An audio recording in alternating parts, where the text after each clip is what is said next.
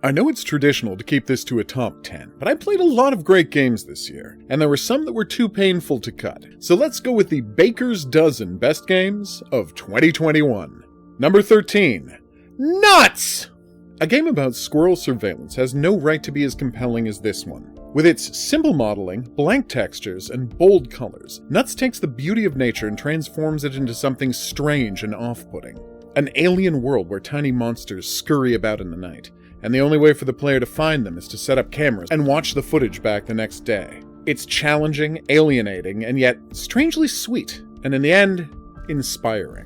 This is a weird way to start the list, since I literally can't explain why the game is so special without spoiling it. So take a look at the rest of the list, see what you think of my taste, and then come back to Nuts when you're done.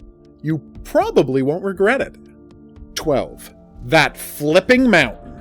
The first Rage game I've ever finished. The decision to add super tight controls to a physics game was a masterstroke, leading to something utterly baffling. A game that hates its players while being completely fair about it. It was crazily difficult, of course, but so upfront and kind about it that I couldn't stop playing. And the aforementioned control scheme made it easy to spend 20 hours somersaulting around a dangerous mountain. 11. Sunblaze.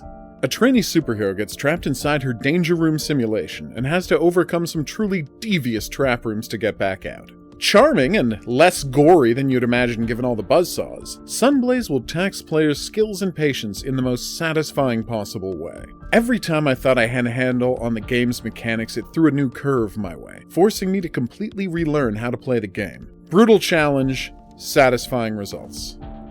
10. Dysmantle. I was already partial to zombie survival crafting games. Then Dysmantle took the bar and raised it somewhere into the stratosphere. Trapped on a mysterious island full of killer mutant zombies, the player has to both figure out what's going on and fight to stay alive in an intensely hostile environment. Without food or water bars to concern themselves with, the player is free to focus on exploration and crafting, which is where the game's big hook comes in. Basically, everything on the island can be destroyed and repurposed, turning the player into a kind of one-man wrecking crew. A delight to play on every level.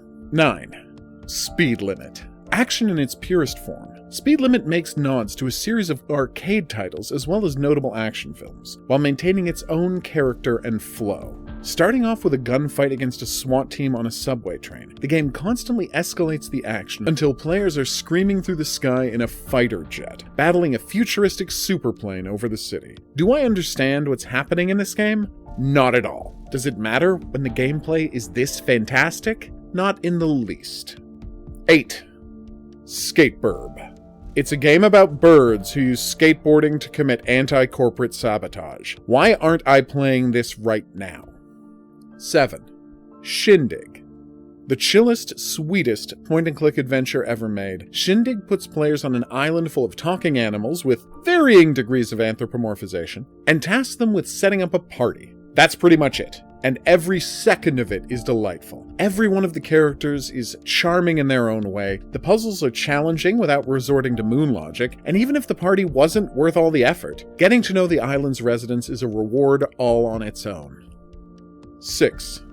Dog Airport Game. Absurd comedy at its finest and most affecting. An airport for aliens currently run by dogs is little more than an endless series of nested fetch quests. Hey, I just got that.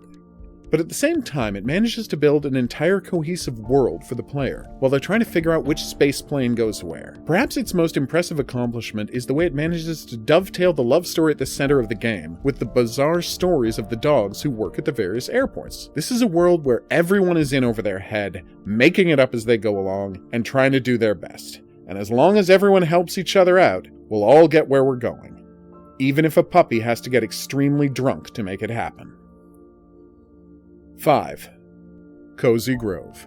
A mix of the gameplay of Animal Crossing and the melancholy of Don't Starve, Cozygrove traps players on an island full of ghost bears who need help dealing with the trauma of their lives. A story about navigating regrets and reaching out to help others even if it seems like it's far too late to make a difference. Cozygrove is one of the most humane games ever made, even if it's largely about bears. Also, the game features Jeremy Gruffle, perhaps the single most beautiful character to ever appear in a video game. I literally asked a friend to make me a Jeremy Gruffle plushie so that I could hug him every day and protect him from the world's disappointments. 4. Resident Evil 8. The first direct sequel in the Resident Evil franchise, Village took everything that worked about 7 and moved it to a larger stage. It manages to somehow be a tonal remake of Resident Evil 4, while perfectly servicing the characters and themes of the previous game, coming to a fantastic conclusion. One of the best things to ever have the Resident Evil name attached to it. 3. I Expect You to Die 2. No surprise here, I Expect You to Die was the best VR game ever made. And this sequel does everything that it did, only better and with a more cohesive structure and narrative. Every level is a playground of creative exploration, offering multiple solutions to every challenge, and the plot, which sees an actor attempting to conquer the world at the behest of the mysterious Dr. Zor, is the exact kind of 60s spy frivolity that players have come to this series for. A perfect sequel to a perfect game. 2. Gravitators. Possibly the best spaceship-themed twin-stick shooter ever made, Gravitators transcends being a throwback or retro piece, offering such a massive and varied experience that anyone looking to challenge themselves absolutely needs to play it as quickly as possible. It's a testament to how much I loved one other game that this isn't my game of the year. 1. House of Ashes. No surprise to see this at the top of the list. Until Dawn was my game of the year when it was released, and Supermassive Games have finally managed to top it with a masterpiece that perfectly utilizes their branching narrative structure. The character's great, and the story is wonderful, but the real pleasure in House of Ashes comes from replaying it again and again, and seeing just how drastically different each new playthrough is. This isn't a long game. An average playthrough lasts 3 to 4 hours. But it's so immensely broad that a player could go through it half a dozen times and have completely different experiences. It's an elevation of the interactive movie formula to a whole new level, and I sincerely hope they can keep this up with next year's The Devil in Me.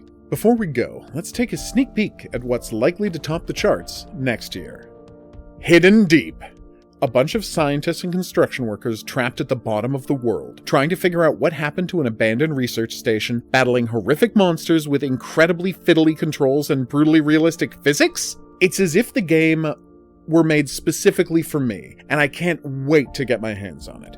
Honestly, I consider putting the demo on my best of the year list, although that didn't seem fair to games that actually did come out this year. I've been the Hidden Object Guru. Hope your 2021 was bearable. I'll see you back here in the new year for more games, but until then, au revoir.